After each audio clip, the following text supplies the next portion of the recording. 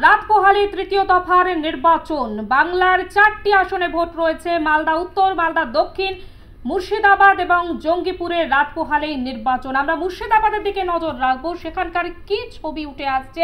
ইতিমধ্যে আমরা মালদার দিকেও নজর রেখেছিলাম এবং সেখানে আমরা দেখেছি যে শেষ মুহূর্তের প্রস্তুতি তুঙ্গে। ভোটকর্মীরা সমস্ত জিনিসপত্র গুছিয়ে নিয়ে রওনা দিয়েছেন। এবার নজর রাখবো মুর্শিদাবাদের দিকে। মুর্শিদাবাদ থেকে সরাসরি আমাদের প্রতিনিধি সুচারু মিত্র রয়েছে। সুচারু, রাত পোহালেই নির্বাচন, তৃতীয় দফার ভোট, মুর্শিদাবাদে ভোট রয়েছে আগামীকাল। এই মুহূর্তে ছবিটা ঠিক কি দেখতে পাচ্ছ?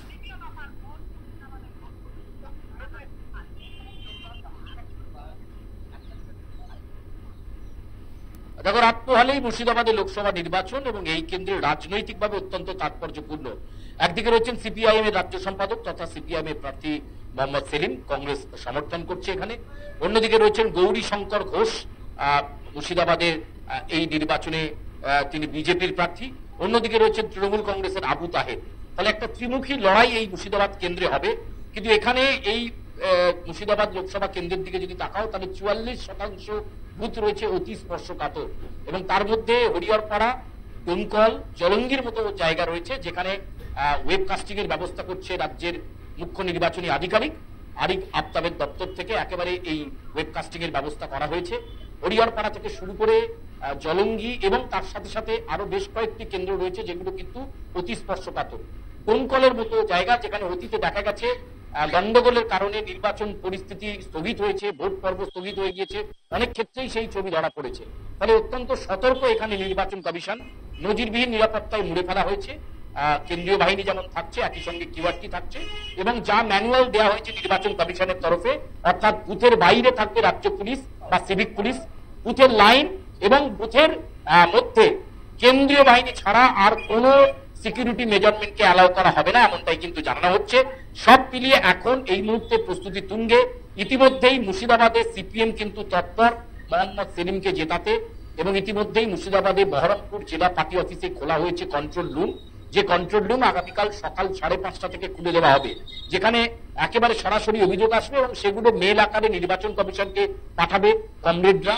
আবার একই সঙ্গে প্রার্থী মোহাম্মদ সেলিমের কাছেও পৌঁছে যাবে, যাতে তিনি মুভমেন্ট করার সময় যেখানে তিনি গন্ডগোলের খবর পাবেন, কোথা থেকে যদি এজেন্ট বসতে না দেওয়ার অভিযোগ থাকে বা কোনো জায়গাতে যদি ভোট পর্ব বিঘ্নিত হয়েছে বা ভোট পরিস্থিতি নিয়ে গন্ডগোল হচ্ছে, বুথ সংলগ্ন এলাকায় কোনো সংঘর্ষ হচ্ছে, তাহলে সেখানে কিন্তু পৌঁছে যাবেন মোহাম্মদ সেলিম।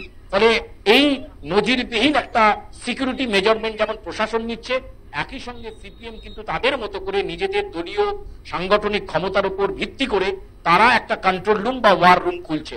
অন্যদিকে কিন্তু পিছিয়ে নেই গৌরী শঙ্কর ঘোষ। বিজেপিও যথেষ্ট তৎপর। সকাল 6টা, 6:30 থেকে গৌরী শঙ্কর ঘোষও বেরিয়ে পড়বেন। আবু তাহের তিনিও আগে প্রথমে ভোট কাস্ট করবেন এবং তারপর 8টা থেকে তার মুভমেন্ট রয়েছে। তাহলে এই তিনটি রাজনৈতিক দলের প্রার্থী কোথায় কোথায় ঘুরলেন এবং আগামীকাল কোন পরিস্থিতিতে উত্তপ্ত হলো নির্বাচন নাকি অবাধ শান্তিপূর্ণ হলো, তার দিকে আমাদের নজর থাকবে। ডোমকল, হরিহরপাড়া, অন্যদিকে করিমপুর, এই সমস্ত জায়গা যেখানে কিন্তু অতীতে নির্বাচনে গন্ডগোল হয়েছে। ফলে মুর্শিদাবাদ যে হটস্পট নির্বাচন কমিশনের কাছে, এটা খুব গুরুত্বপূর্ণ এবং আগামীকাল সকাল 7টা থেকে সন্ধ্যে 6টা পর্যন্ত ভোট গ্রহণ পর্ব চলবে এবং সেখানে কতটা মানুষ স্বতঃস্ফূর্তভাবে অংশগ্রহণ করলেন তার দিকে অবশ্যই আমাদের নজর থাকবে। পারমিতা, সুতরাং যেমনটা তুমি বলছিলে যে অত্যন্ত তাৎপর্যপূর্ণ এই মুর্শিদাবাদ লোকসভা কেন্দ্র, এবং আমরা গত পঞ্চায়েত ভোটও দেখেছি যে একের পর এক অশান্তির খবর এসছে মুর্শিদাবাদ থেকে। সেখানে নিশ্চয়ই তুমি যেমনটা বলেওছো এর আগে যে আটোসাটো করা হচ্ছে নিরাপত্তার ব্যবস্থা। তবু আরো একবার তোমার কাছে জানতে চাইবো নিরাপত্তার কি ছবি?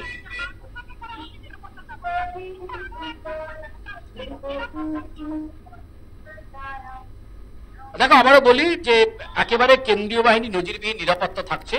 ডোমকল, হরিহরপাড়া এছাড়াও করিমপুর, এই সমস্ত জেলাগুলো বা এই সমস্ত বিধানসভা কেন্দ্রগুলোতে, জলঙ্গি মুর্শিদাবাদের যেগুলোতে দেখা গেছে অতীতে নির্বাচনের সংঘর্ষের কারণে রিপোল করতে হয়েছে বা ভোট স্থগিত হয়েছে, পরে ভোট হয়েছে, এই সমস্ত জায়গাতে আগামীকাল থেকে নিশ্চিত নিরাপত্তায় মুড়ে ফেলা হবে গোটা চত্বর। সাম্প্রতিকভাবে এই মুহূর্তে 3 জন প্রার্থী কিন্তু একেবারে রাডারে। একদিকে সিপিএম এর রাজ্য সম্পাদক তথা মুর্শিদাবাদ কেন্দ্রে সিপিআইএম এর প্রার্থী মোহাম্মদ সেলিম, অন্যদিকে তৃণমূল কংগ্রেসের প্রার্থী আবু তাহের, অন্যদিকে থাকছেন বিজেপির প্রার্থী গৌরী শঙ্কর ঘোষ।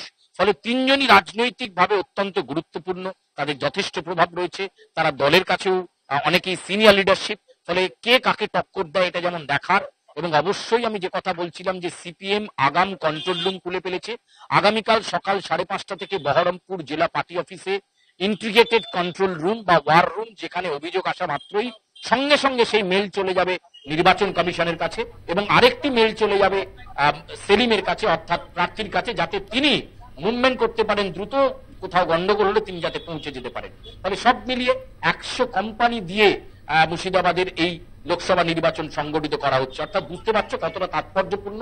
বুথের ভেতরে লাইন মেনটেন এবং ভোটাররা যে কক্ষে প্রবেশ করবেন, যেখানে ইভিএম রাখা থাকবে, সেখানে শুধুমাত্র কেন্দ্রীয় বাহিনী ছাড়া কাউকে অ্যালাউ নয়। রাজ্য পুলিশ কিন্তু রাস্তায় থাকবেন, এমনটাই আমরা জানতে পারছি। একেবারে প্রতি মুহূর্তের আপডেট আমরা তুলে ধরবো, এই খবর নিয়েই নজরে রাখো সুচারু। আপাতত ধন্যবাদ তোমাকে। যে খবরের দিকে আমরা নজর রেখেছিলাম মুর্শিদাবাদের দিকে, মুর্শিদাবাদে রাত পোহালে নির্বাচন এবং সেখানকার কি পরিস্থিতি আপনাদের সামনে আমরা তুলে ধরলাম।